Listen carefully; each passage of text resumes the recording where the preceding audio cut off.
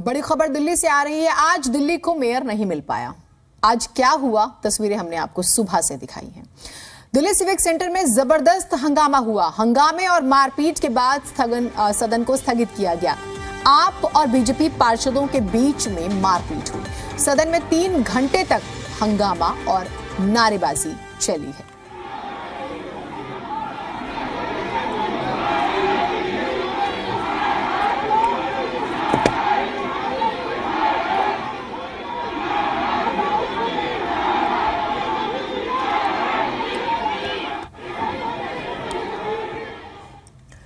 दिल्ली में मेयर चुनाव के दौरान एमसीडी की पहली बैठक में आम आदमी पार्टी और बीजेपी पार्षदों के बीच जमकर मारपीट हुई है। एमसीडी के इतिहास में इससे शर्मनाक घटना और क्या हो सकती है।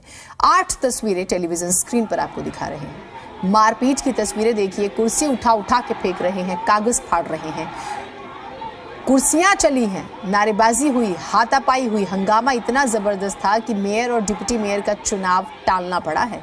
एमसीडी की पहली ही बैठक में मारपीट की तस्वीर वाकई शर्मनाक है।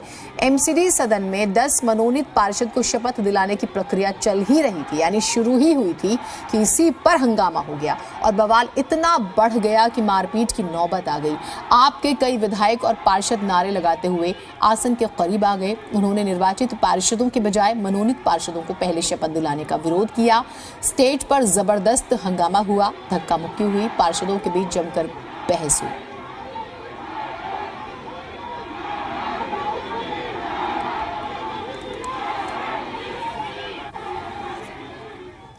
बलराम हमारे साथ, हमारे सहयोगी जुड़े हुए हैं। बलराम, जो आज दिल्ली ने और देश ने देखा उससे एक फर्क मिट गया, सड़क और सदन का।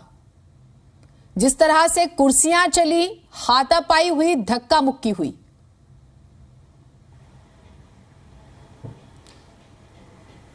बिल्कुल, देखिए, चाहे दिल्ली वासी हो चाहे देशवासी हो, उन्हें ये उम्मीद नहीं थी कि एमसीडी के सदन में इस तरीके की तस्वीरें देखने को मिलेंगी। और जिस तरीके से पार्षदों ने कुर्सियां फेंकी, एक दूसरे पर हाथापाई की, एक दूसरे से अभद्रता की, वो तस्वीर पूरी तरह से निंदनीय है और इसकी निंदा हर कोई करता हुआ नजर भी आ रहा है। लेकिन जिस तरीके से सदन की कार्रवाई बाधित की गई, जिस तरीके से हंगामा हुआ और जिस तरीके से नियमों को ताक पर रखकर, जो आम आदमी पार्टी का आरोप है कि नियमों को ताक पर रखकर सबसे पहले जो मनोनीत पार्षद है उनको शपथ दिलाने की कोशिश की गई, जबकि परंपरा यह है कि जो नवनिर्वाचित पार्षद है, जिन्हें जनता ने चुन करके सदन में भेजा है, उन्हें सबसे पहले शपथ दिलाई जाती है। उसके बाद मेयर का चुनाव होता है।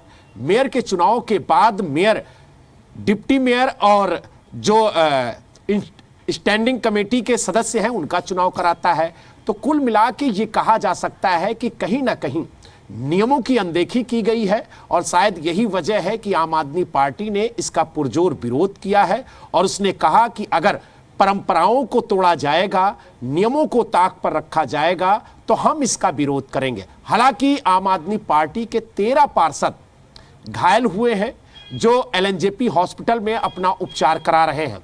और आम आदमी पार्टी ने स्पष्ट कहा है कि जिस तरीके से शुरू से ही नियमों की अवहेलना हुई, उन्होंने उदाहरण देते हुए कहा कि सबसे पहले जो पीठासीन है उसको मनमाने ढंग से नियुक्त किया गया, जबकि नियम यह है कि सदन में जो सबसे वरिष्ठ पार्षद होता है, जो सबसे सीनियर पार्षद होता है, उसे पीठासीन बनाया जाता है। लेकिन यहां पर जो सबसे सीनियर पार्षद हैं मुकेश गोयल, उनको दरकिनार करके सत्या शर्मा को बनाया गया, जो पूरी तरह से असंवैधानिक है।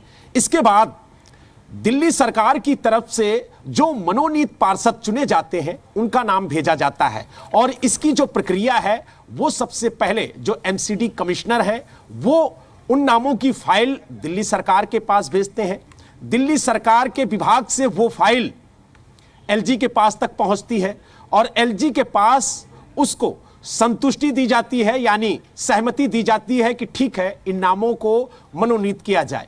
उसके बाद उन नामों का ऐलान होता है कि ये पार्षद मनोनीत किए गए। ठीक है। पहले अगर हम बात करें तो पहले एमसीडी 3 भागों में थी, इसीलिए 30 मनोनीत पार्षद होते थे। लेकिन अब एकीकरण के बाद एमसीडी 1 हो गई है तो 10 मनोनीत पार्षद होते, और ऐसे में दिल्ली सरकार को दरकिनार करके ठीक है। एलजी की तरफ से 10 मनोनीत पार्षद नियुक्त कर दिए गए और उन पार्षदों को वहां पर नियुक्त किया गया जहां सीधा फायदा भारतीय जनता पार्टी को मिल सके।